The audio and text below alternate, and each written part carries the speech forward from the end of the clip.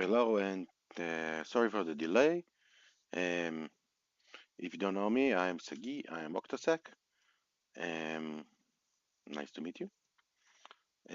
Today we're gonna talk about three cyber incidents that we can learn from them. Okay, the first one, the hack to the network of the hospital, the British hospital network. I'm talking about, of course, the WannaCry virus and ransomware. Um, I think that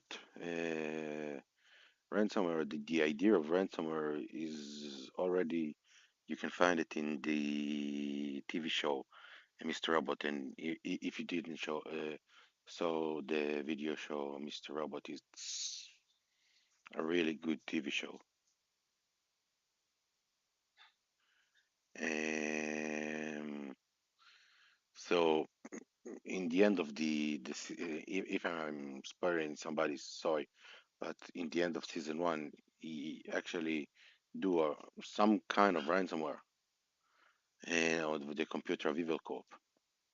So let's go to the background. The virus WannaCry infected the hundred of computers around the world, including the British Health Network, the NHS. And the system was crashed, queues and been cancelled. There was a live risk. But if you are a hacker and you're attacking hospitals to get money,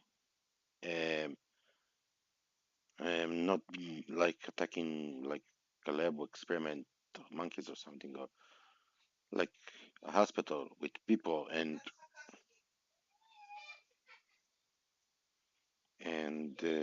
you attack this network. Um, what you're hearing about is my family, because I'm doing this from home. Um, that's what happened.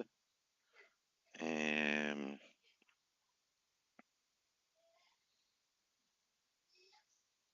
when you're doing stuff like that from home. Um, okay, so yeah, if you're hacking, uh, you can see my expression. Yeah. So I am. What happened? They used the breach, the Eternal Blue from the NSA, and they used the system that was not updated. If you're not taking care of your network and doing updates, and even on air gap systems, you can update the network and keep it up to date. Of course, from the first of all, the from security risk, from like 0 days or stuff like that, and just getting regular updates for your network not to. Of course, if this is a hospital, you need to be up to date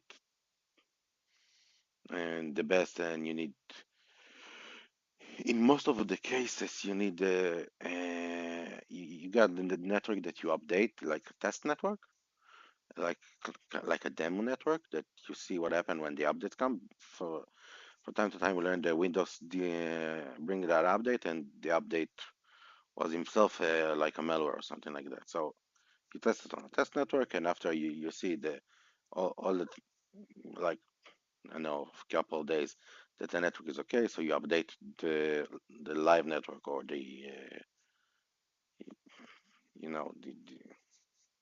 your main network.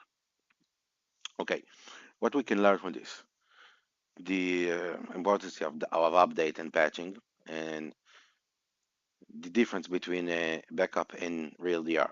If you don't know the difference between backup and real DR, real DR is like a copy of your network in a different location. That once your network keep alive is off, the other network kicks in and act like your network. But for the user, it's supposed to be seamless. The way the one go down and the other one go up. absolutely seamless. And you can do that. We did it with a lot of networks. Um, why do computers that are offline?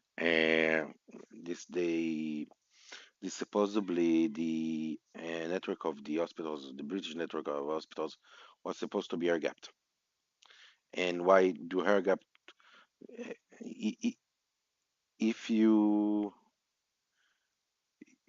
your computer is air gapped, it doesn't mean that the your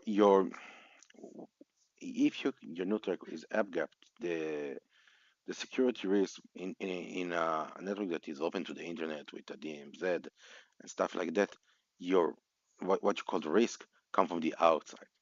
But if you're talking about the air gap system, the risk not coming from the outside because there is no outside, is air gapped. The risk are, now is the users.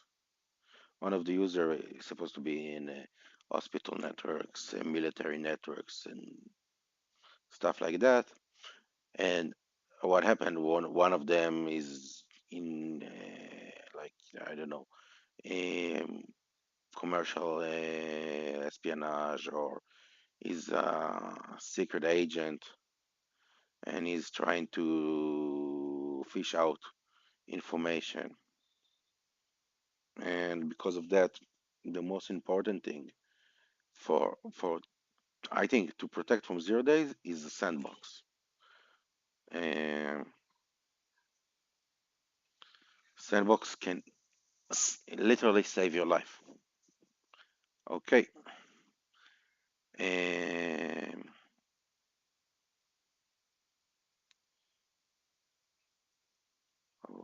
okay.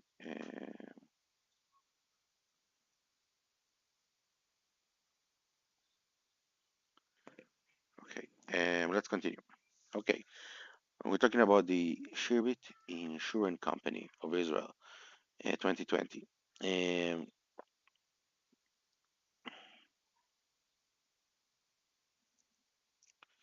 just a second.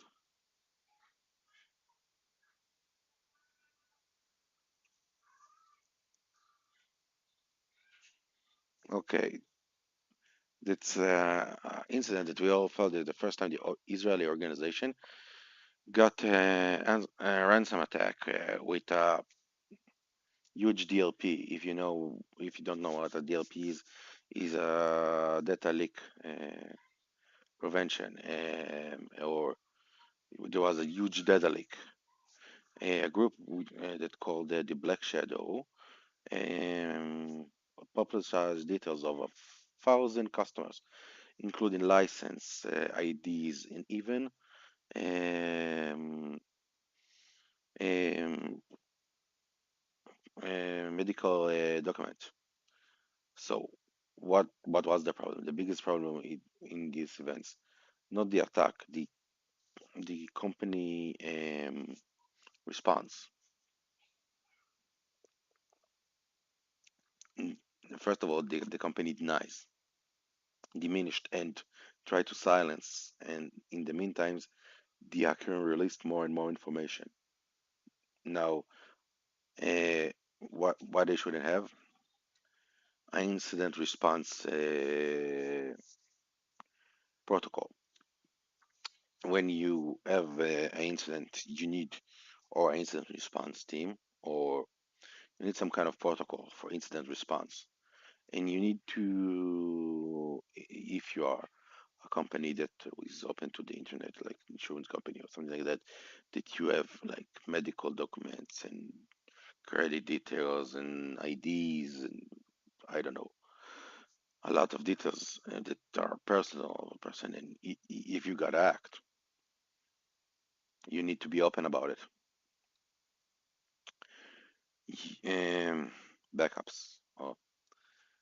The If you don't have a DR and you don't have a backup and you don't have again we go back to Mr. Robot, but in Mr. Robot there was the company that the Mountain something that he was it was like a DR backup site for the DR. So it's a backup for a backup for a backup. So yeah, you need good backups. And if you have a good backup, even if your DR was destroyed, you still can boot up, like, I don't know, in a day or two if you got really, really majorly hit. Um,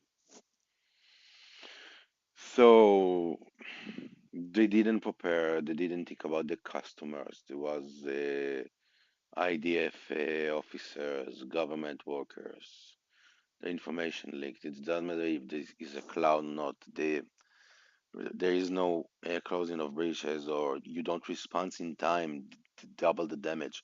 And of course, the lie. And to manage a cyber events is, oh, I don't know, what would you do? You are cooperate with the hackers, you battle it. I don't think everybody, it's one of those things that you don't know what to do with that until it happens to you. And this is the decision that you need to take, um,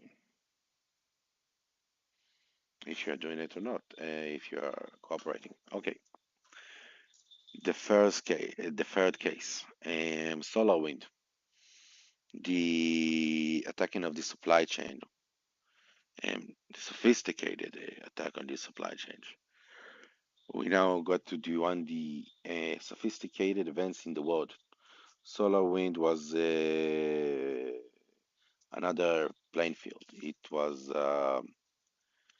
software company that developed a product named Orion, um, a system for managed networks. One of the major updates of this product contain a backdoor. Why? Because the attackers succeeded uh, succeeded to penetrate the process of the building of the code, and they got a real digital signature, and they did a release of an update, and thousands of organizations, Cisco, Microsoft, the White House got infected. How you detect a thing like that? You can't. Okay, I don't say you can't do that, because if you are talking to, if you get an air gap system, and I don't know if you got it in broad, but what we do with our air gap systems that we use, um, like what we call whiting mechanism. It's we get like five signature of a, like we get five major antiviruses to check it for, any known viruses, and after that is go for um, um, like a flattening process that is really looking at the code and really trying to understand it. With access, it's really AX. If a text document, it's not access that pretend to be a text document. So when the hacker get it into the air gap system, it just can change the .exe to .txt, or .txt to .exe, and yeah, you got a malware up and running. And with that, you can take a sandbox. And even if it's a document, and the document suddenly opens, a process to go to the internet and download a giga of information, or upload a giga of information from another system, you can say, I don't think I can trust that. So this is uh, real, true zero trust. And that's what I think you need to do. So please do tell me what do you think. Tell me,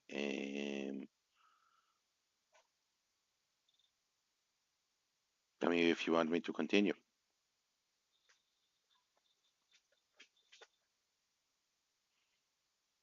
Okay, so I think I will finish with that, and I hope I can do this a lot more. So let's wrap things up. Okay, what we learned. WannaCry learned us that a simple update can save life. Shirbit Insurance remind us that response is no important than defense. SolarWinds prove us that we need to distrust our supply chain. And our partners can be a risk too. It doesn't matter where you work. You work in a hospital, a lawyer firm, a government. Um, Attack will come, and I will say probably you won't see attack. You don't know what is being attacked look like. And if I can start my network and build my sandbox, I will show you how to be an attack look like, what happened to your network, what you see in the SIEM. This is what we're going to learn. How do we see attack? How do we manage attack? How do we block the attacks when they're coming? This is the real lessons that need to be learned here. The way to respond to threat and how we can stop it and how we can minimize even if we got hacked, how we can minimize the damage that we took, how can we can minimize the attack field and to zero almost. And this is what we need to take for us. If you want more of this content, please, of course, share, do a like. I hope the next time I will record from my office. But for now, this is what we got. And thank you all. Bye bye.